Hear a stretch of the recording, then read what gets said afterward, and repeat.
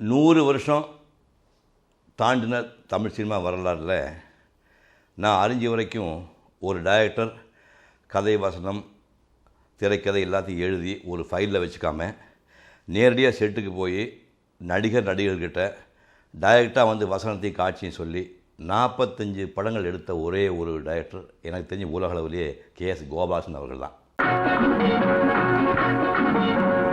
ஆண்டவனே சாமியோ நீ கொடுத்த பூமி பைய முன்னேறு கைய கொஞ்சம் காமி பைய முன்னேறு கைய கொஞ்சம் காமி. 1967 KS கோபாலன் அவருடைய சொந்த ஊர் மல்லியம், அதாவது மாயவரத்து பக்கத்தில் உள்ள சின்ன கிராமம். அந்த கிராமத்துக்கு கண்கண்ட தெய்வம்னு ஒரு படம் எடுக்கிறதுக்காக எங்களெல்லாம் கூட்டிகிட்டு போனார். SV ரங்கராவ், SV சுப்பையா, பத்மினி, நாகேஷ், ஓயகே தேவர், காமெடி வீரப்ப நாங்கள்லாம் அங்கே போயிருந்தோம்.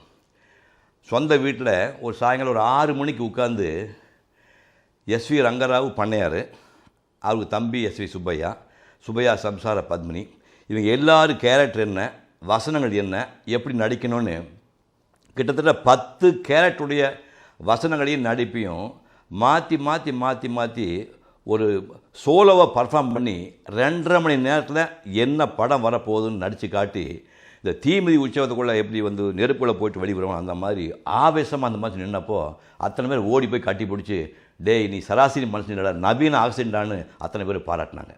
கண்கண்ட தெய்வம் படத்தில் தான் நான் முதல்ல சினிமாவில் பாடி நடித்தேன்.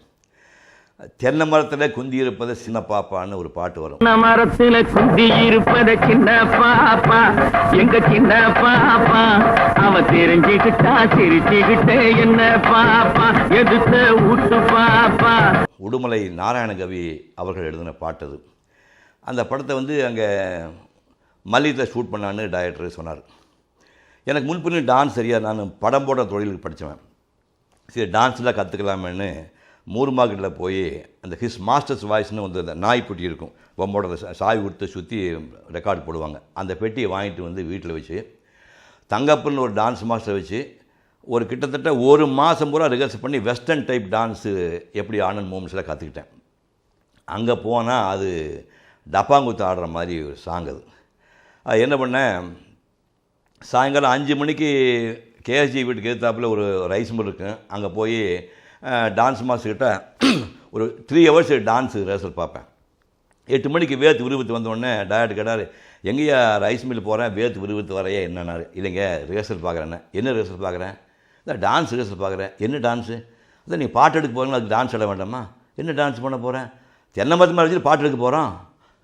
தென்னை மரத்து முழு பாட்டுமே தென்னை மரத்து மேலே அப்படின்னா முழு பாட்டுமே தென்னை மரத்து தான். ஏன்னா ஆஹா தென்னை மரத்து மேலே வச்சு முழு பாட்டுனான்னா அப்போ தென்னை மரம் ஏற சொல்லி 10,000 பேர் கோட்டத்தில் ஏற சொல்லி என்ன பண்ணுறது அப்படின்னு என்ன பண்ணேன், நேராக போய் மரமேற ஆழத்தை பிடிச்சி வரிசையாக தென்னந்தோப்பு இருக்குது. ஒரு நாகேஷ் நிறைய படங்களில் காலில் அந்த கயிறு போடாமல் கப்புன்னு மேலே ஏறி போவார். நாகேஷ் போகிறாரு, நம்ம அவரோட 10 வயசு சின்ன பையன், நம்ம போக மாட்டோமான்னு காலில் கயிறு போடாமல் கப்புன்னு நான் பாட்டுக்கு மேலே போயிட்டேன். மேலே 10 அடி போனதுக்கப்புறம் கால் இப்படி நடுங்க ஆரம்பிச்சிது. சாமி கால் நடுங்குண்ணா, என்ன பண்ண கீழே விழுந்துருவீங்கண்ணா, ஐயோன்னு கட்டி பிடிக்காத நெஞ்சு உரிச்சு போகும்னா. ஏன்னு கேட்டால் நீ சரிக்கிட்டு வந்தால் நெஞ்சு உரிச்சு போகும்னா. அட போய் அதோட உயிர் பேசியான்னு சொல்லிட்டு சருன்னு கீழே வந்தேன். ஃபுல்லாக உறிஞ்சி ரத்தம் போயிட்டுருக்கு. நேராக ரூமுக்கு போனேன், குடிச்சிட்டு எல்லாம் பவுடர்லாம் போட்டுட்டு டைரக்ட் தெரிஞ்ச கோச்சு பண்ணி இப்போ நீங்கள்லாம் போட்டு இந்த மாதிரி டிஷர்ட் போட்டு இங்கே பட்டன்லாம் போட்டு போனேன். நீ கிராமத்தில் டிஷர்ட்லாம் போட்டுட்டு பட்டனை போட்டு என்னையா சுற்றுறேன்னு. ஒன்றும் இல்லைங்க நேற்று தென்னை முறை ஏறி போய் நெஞ்சில் வச்சு போயிட்டேன். அறிவு இருக்கா உனக்கு? ஏணி வச்சு மற்றவங்க ஏற்றி விடுவோம்ல. இதெல்லாம் சொல்ல மாட்டேங்களா ஐயா? எப்படி சொல்லுவாங்க? 7,000 ரூபா சம்பளம் வாங்குற ஹீரோவுக்கு தான் சொல்லுவாங்களா? இப்படி தான் துன்பப்பட்டு நடித்த படம் தான் அந்த கண்கண்ட தெய்வம்னு படம். KSG சார் வந்து 5 அடி கொஞ்சம் கம்மியாக இருப்பார். உயரத்தில் என்ன இருக்குது, 1800 மைல் ஞாபகம் வச்சுங்க. மாசிடோனியாவிலிருந்து எகிப்து, ஈரான், ஈராக், கைபர் கணவாய் வழியாக கிபி 323 இந்தியாவுக்குள்ளே கால் வச்ச 32 வயசு அலெக்சாண்டரோட ஹைட்டு 4 அடி 10 அங்குலம். இவர் 5 அடி 2 இன்ச்சு கோட் இருக்குல்ல. அப்புறம் என்ன ஹைட்டை பற்றி பேசுகிறீங்க? உலகத்தில் பெரிய சாதனையாளர்கள் எல்லாருமே 5 அடி தான் இருக்கிறாங்க. புரியுதுங்க. சாஸ்திரிலேருந்து அறிஞர் அண்ணாவிலிருந்து எல்லாருமே, நெப்போலியன்லேருந்து எல்லாமே ஷார்ட் தான். இவர் நாடக கம்பெனியில், அதாவது 5 வயசு 7 வயசுலேயே போய் நவாப் ராஜமாணிக்கு நாடக கம்பெனியில் சேர்ந்துட்டார். அவர் ராஜமாணிக்கம் பிள்ளை சொல்கிறாரு, நீ பிரமாமல் நடிக்கிற, நீங்கள் 15-16 வயசு ஆகிப்போச்சு, உயரமே வளர மாட்டேங்கிற, என்ன பிரமாணம் நடித்தாலும் இந்த ஹைட்டுக்கு வந்து நீ பெரிய ஆளாக வர முடியாது, இந்த கதை வசனம் டைரக்ஷன் அந்த மாதிரி ஏதோ முடிவு பண்ணி அதுக்குள்ளே போயிட்டுன்னா கொடி கட்டி பறக்கலாம்னு சொன்னார். அதே மாதிரி இந்த மனிதன் கதை வசனம் டைரக்ஷன் இறங்கி 1964 74 வரைக்கும் தமிழ் சினிமாவில் கொடி கட்டி பறந்தார். தமிழ் சினிமா உலகத்தில் 1940களில் துவங்கி 60 வரைக்கும் ஸ்டுடியோ முதலாளிகள் தான் தயாரிப்பாளராகவும் டைரக்டராக வந்திருக்கிறாங்க. ஏவிஎம் செட்டியார் அவர்கள், ஜெமினி எஸ்எஸ் வாசன் அவர்கள், டிஆர் சுந்தரம் மாடர்ன் தியேட்டர்ஸ், பச்சிராஜா, ஸ்ரீராமல் நாயுடு, இவங்க எல்லாருமே ஸ்டுடியோ முதலாளிகளாக இருந்துக்கிட்டு அவங்களே கதைவசனம் டைரக்ஷன்லாம் வந்து கூட இருந்து பண்ணிக்குவாங்க. ஆனால் இவங்க காலத்துக்கு அப்புறம் தனி மனிதனாக இருந்து கதைவசனம் எழுதி டைரக்ட் பண்ணி உச்சம் தொட்ட முதல் மனிதர் ஸ்ரீதர். அவர் ஸ்டுடியோலாம் கிடையாது, ஒரு தனி மனிதனாக வெறும் பேனாவை மட்டும் நம்பி டைரக்ஷன் நம்பி உச்சம் தொட்ட மனிதர் ஸ்ரீதர். நெஞ்சில் ஓலாரியம், வெண்ணிற ஆடை, சுமைதாங்கி வரிசையாக ஹிட்டு கொடுத்தவர். அந்த காலகட்டத்தில் அந்த வரிசையில் வந்தவர் தான் கேஎஸ் கோபாலகிருஷ்ணன் அவர்களும் ஏபி நாகராஜன் அவர்களும். ஏபி நாகராஜன் அவர்கள் புராண படங்களில் எக்ஸ்பர்ட் ஆகிட்டார். அவருடைய திருவிளையாடல் படத்தையோ, ஒரு கந்தனுக்கடையோ, சரஸ்வதி சபதத்தையோ, தில்லானா மோனாமலையோ இன்னொருத்தன் தொட்டு பார்க்க முடியாது. அப்படி ஒரு புராணத்தில் அவர் உச்சம் போயிட்டார். கிராமிய கதைகளில் மண்ணின் மனிதர்கள் வரலாற்றை சென்டிமெண்ட்டாக சொல்கிறதுல நம்ம கேஎஸ்ஜி மாதிரி யாருமே செய்யலை. கேஎஸ்ஜி சார் டைரக்ட் பண்ண முதல் சூப்பர் ஹிட் படம் சாரதா. நம்மளால் கற்பனையே பண்ண முடியாது. ஹீரோவுக்கு ஒரு ஆக்சிடெண்ட்டில் ஆண்மை இழந்துறாரு. அதாவது செக்ஸ் பண்ணக்கூடாது, செக்ஸ் பண்ணால் செத்து போயிடுவார். இந்த விஷயத்தை மனைவி என்ன பண்ணுறாங்க, ஹீரோவுக்கு தெரியாமே வச்சுக்கிறாங்க. அதனால் என்னது இவர் ராத்திரியான மனைவியிட தொல்லை பண்ணுறாரு. ஆனால் ஓப்பனாக அந்த விஷயத்தை சொல்லவும் கூடாது, அவருக்கு விட்டு நம்ம செக்ஸும் பண்ணக்கூடாத சூழ்நிலையில் அந்த கதாநாயகி என்ன கஷ்டப்பட்டா அப்படிங்கிறது தான் அந்த சாரதா படத்துடைய பேஸு. பிரமாமான படம் அது. அதுக்கப்புறம் 1964 கற்பகம்னு ஒரு படம் எடுத்தார். கற்பகம் படத்தின் வழியாக தான் மிகச்சிறந்த கதாநாயகியாக பிற்காலத்தில் பேர் வாங்கின கேஆர் விஜயாவை அறிமுகப்படுத்துகிறார். கதை எப்படின்னா, எஸ்வி ரங்கராவ் அவருக்கு வந்து ஒரு தவ புதல்வி கேஆர் விஜயா, அந்த பொண்ணுக்காக ஊரையே வச்சுருக்கார் அவர். அந்த பொண்ணு என்ன ஆகுது, ஜெமினி கணேசனுக்கு கல்யாணம் பண்ணி கொடுக்குறாங்க. ஒரு சின்ன விபத்தில், அதாவது மாடு முட்டி அந்த பொண்ணு செத்து போகுது. செத்து போனே தன்னுடைய கண்ணுக்குள்ளே வச்சு காப்பாற்ற பொண்ணு செத்து போச்சேன்னு அதுக்கு வருத்தப்பட்ட மனுஷன் அதை விட தன்னுடைய மருமகன் பரிதாபமாக இருக்குதுன்னு சொல்லி அவரை பார்த்து அவர் பார்க்க பரிதாபப்பட்டு இந்த மனிதன் ஒரு பொண்ணை தேடி கல்யாணம் பண்ணி வைக்கிறது தான் அந்த கதை. அந்த கதையில் அத்தை மடி மெத்தை அடி ஆடி விளையாட அம்மான்னு ஒரு பாட்டு, மன்னவனே அழலாமான்னு வாலி பாட்டு, சூப்பர் ஹிட். இந்த படம் வந்து மிகப்பெரிய அளவுக்கு 1964 ஓடின படம். 1964 கை கொடுத்த தெய்வம்னு ஒரு படம் வந்துச்சு. சிவாஜியும் எஸ்எஸ்ஆரும் ரொம்ப நெருக்கமான ஃப்ரெண்ட்ஸ். இவங்க வடநாட்டில் போய் அமிர்தசரஸில் வேலை பார்த்துட்டு இருப்பாங்க. எஸ்எஸ்ஆருக்கு சாவித்திரி தங்கச்சி, அவங்க மெட்ராஸ் இருக்குது. இந்த பொண்ணு வந்து ஒரு அப்பாவி பொண்ணு. இந்த பொண்ணுக்கு ஊருக்குள்ளே ஏதோ ஒரு அவப்பெயர் இருக்குது. தங்கச்சிக்கு இப்படி கெட்ட பேர் இருக்குன்னு இவர் என்ன பண்ணுவார், வருத்தப்பட்டு நேராக வடநாட்டுக்கு போய் அங்கே சிவாஜி கூட வேலை பார்த்துட்டு இருப்பார். இப்போ சிவாஜி பொண்ணு பார்க்குறதுக்கு மெட்ராஸ் வராரு. எஸ்எஸ்ஆருக்கே தெரியாமல் நேராக போய் பொண்ணை பார்க்குறா. அந்த பார்த்த பொண்ணு எஸ்எஸ்ஆர் தங்கச்சி சாவித்திரி. அந்த பொண்ணை பார்த்து எனக்கு பிடிச்சி போச்சு, என் ஃப்ரெண்டு அமிர்தசரஸில் இருக்கான், அவன் ஓகே பண்ணால் கல்யாணம் பண்ணிக்கலான்ட்டு ஒரு லெட்டர் போடுவார்.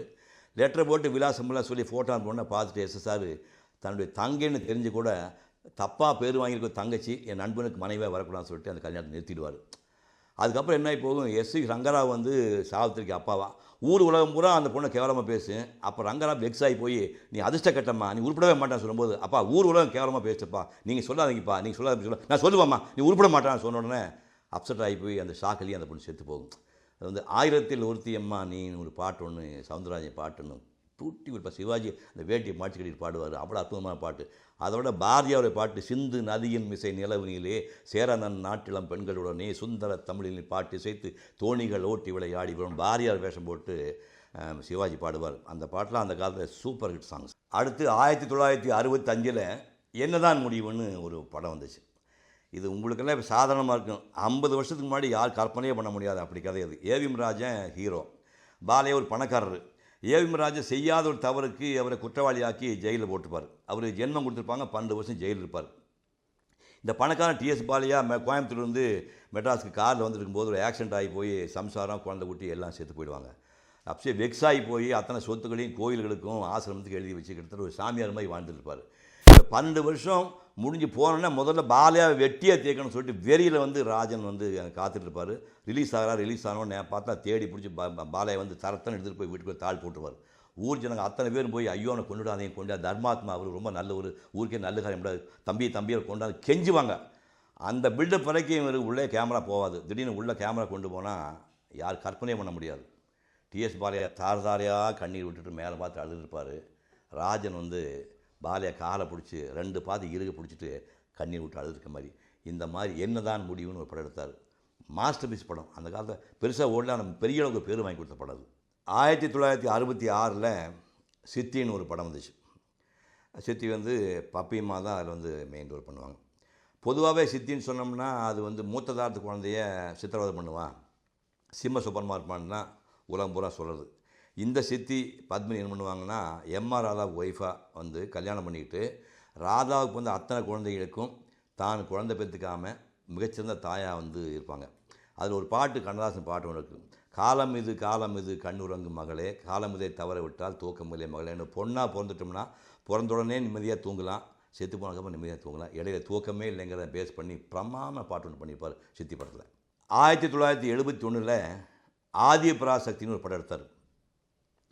புராண படங்கள்னா ஏபி நாகராஜன் அவளை யாருமே அடிக்க முடியாதுன்னு பேர் இருந்தப்போ, நானும் நாடகக்காரன் தான், நானும் புராண வேஷம் நடித்து வந்தான்னு சொல்லி ஆதி பராசக்தி வரலாறை பேஸாக எடுத்துக்கிட்டு அந்த படத்தை எடுத்து சூப்பர் ஹிட் சில்வர் ஜூபிலி படம் அது. ஜெயலலிதா அவர்கள், ஜெமினி அவர்கள் நடிப்பாங்க. ஆதி பராசக்தியை எஸ் வரலட்சுமி நடித்தாங்க. எஸ்வி சுப்பையான்னு ஒரு ஆக்டரை பற்றி கேள்விப்பட்டீங்க. அவர் வந்து அவருக்கு இணையாக வந்து ரியலிஸ்டிக்காக நடிக்கிற நடிகர்களே கிடையாது. ரங்கராவும் பிரமாவும் நடிப்பார். ஆனால் இவருக்கு இணையாக எமோஷனாக யாருமே பண்ண முடியாது சொல்லுவாங்க. சுப்பையாவுக்கு அடையாளம் சொன்னால் கப்பலுடைய தமிழில் பாரதியார் நடிச்சிருப்பார். இன்றைக்கி பாரதியார் அப்படி இருப்பார்னு சொல்ல முடியாது. அந்தளவுக்கு பிரமாதமாக பாரதியார் நடிச்சிருப்பார். அதுக்கப்புறமா வந்து இந்த ஆதி பராசக்தியில் தான் அபிராம பட்டரா வந்து ஒரு வேஷம் பண்ணியிருப்பார். அவ்வளவு பிரமாதமாக இருக்கும், மறக்கவே முடியாத படம் அது. 1972 குறத்தி மகன்னு ஒரு படம் ஆரம்பித்தார். அதில் என்ன கதைன்னா, ஒரு கிராமம், ஒரு பள்ளிக்கூடத்து வாத்தியார் பையனை, ஒரு 6-7 வயசு பையனை வந்து பாம்பு கடிச்சுவிடும். கிராமத்துலேருந்து பட்டணம் தூக்கிட்டு போய் பையனை காப்பாற்ற முடியாது, வாயில் நுரையெல்லாம் வந்துடும். அப்போ ஐயோ பையன் உயிர் போயிடுமே தவிச்சிட்டு இருக்கும்போது அந்த வழியாக வந்த நாடோடி இனத்தை சேர்ந்த குறத்தி என்ன பண்ணுவான், பயப்படாதீங்க சாமி இதை நான் வரேன்னு சொல்லிட்டு மூலிகை பச்சை இலையை வந்து புழிஞ்சு அந்த பையனுக்கு கொடுத்து அந்த பையனை காப்பாற்றிடுவான். காப்பாற்றினா அவர் நெகிழ்ந்து போயிடுவார். தவம் இருந்து பெற்ற புள்ள, உனக்கு என்னமா வேணும்னா, எனக்கு வேறு ஒன்றும் வேண்டாம் சாமி, எங்கள் சாதி சந்தத்தில் யாருமே படித்த முடியாது, என் பையனை படித்து ஆளாக்கி விடுங்க போதுமாங்க. அப்படி அந்த பையனை படித்து பட்டதாரி ஆக்கிறது தான் அந்த கதையோடைய பேஸ். அதில் வந்து பத்மினி தான் வந்து பத்மினியமாக தான் முதல்ல அதில் குறத்தியாக நடித்தாங்க. நான் தான் குறத்திய மனம் நடித்தேன். எனக்கு ஜோடியாக வந்து வெண்ணிலாடை நிர்மலா நடித்தாங்க. என்ன வேடிக்கைன்னா, அந்த அம்மா அமெரிக்கா போக வேண்டி வந்தனால திரும்ப அந்த படத்தை நான் தொடர முடியாமல் கேஆர் விஜயா வந்து குறத்தியாகவும் மாஸ்டர் ஸ்ரீதர் வந்து குறத்தி மனம் நடித்து படம் வந்துச்சு. வேடிக்கைன்னா, படம் பிரமாதமாக ஓடி நாடோடி இனத்து மக்களுக்கும் படிப்பு வேணும்னு சொல்கிறது தான் அந்த கதை. படம் முடிஞ்சு ஹிட் ஆகி போச்சு. கப்பல் ஸ்டுடியோக்குள்ளே ஆயிரக்கணக்கில் வந்து அந்த நடிக்கிற இனத்தை சேர்ந்தவங்க கூட்டமாக வந்துட்டாங்க. என்னென்ன சாமி படம் பார்த்த சாமி, ரொம்ப சந்தோஷம் சாமி, படிக்கிறது ரொம்ப முக்கியம்னு சொன்னீங்க சாமி, நீங்கள் பள்ளிக்கூடம் ஆரம்பிச்சு சாமி நாங்கள் சேர்ந்துக்கிற சாமி. நாங்கள் ஐயோ நான் படம் தான் எடுக்க முடியும், பள்ளிக்கூடம் கட்டுறது இப்போ வாத்தியார் வைக்கிறதால என்னால் பண்ண முடியும், நேராக முதலமைச்சர் போய் பாருங்க. நாங்கள் நேராக அந்த கூட்டம் அப்படியே போய் கோபாலபுரத்தில் கலைஞர் அவர்கள் வீட்டு முன்னாடி வந்துச்சு.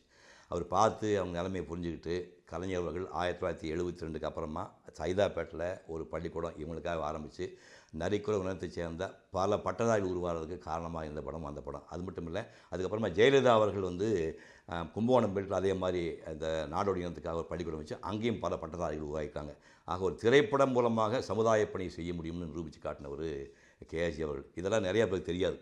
வேடிக்கை பாருங்கள், இன்றைக்கி கேஎஸ்ஜி பற்றி சொல்கிறதுக்கு அவர் படத்தில் நடித்த சிவாஜி உயிரோடு இல்லை, ஜெமினி உயிரோடு இல்லை, ரங்கராவ் இல்லை, எஸ்வி சுப்பையா இல்லை, நாகேஷ் இல்லை, பத்மி இல்லை, சாவித்ரி இல்லை, ஏகப்பட்ட பேர் நடித்தவங்கெல்லாம் போயிட்டாங்க. இப்போ நானும் கேஆர் விஜயா 2 பேரும் தான் அந்த பெரிய லிஸ்ட்டில் இருக்கோம். அப்படி ஒரு மகத்தான மனிதனோட நினைவுகளை உங்களோட பகிர்ந்துக்கிறதுல ரொம்ப சந்தோஷம்.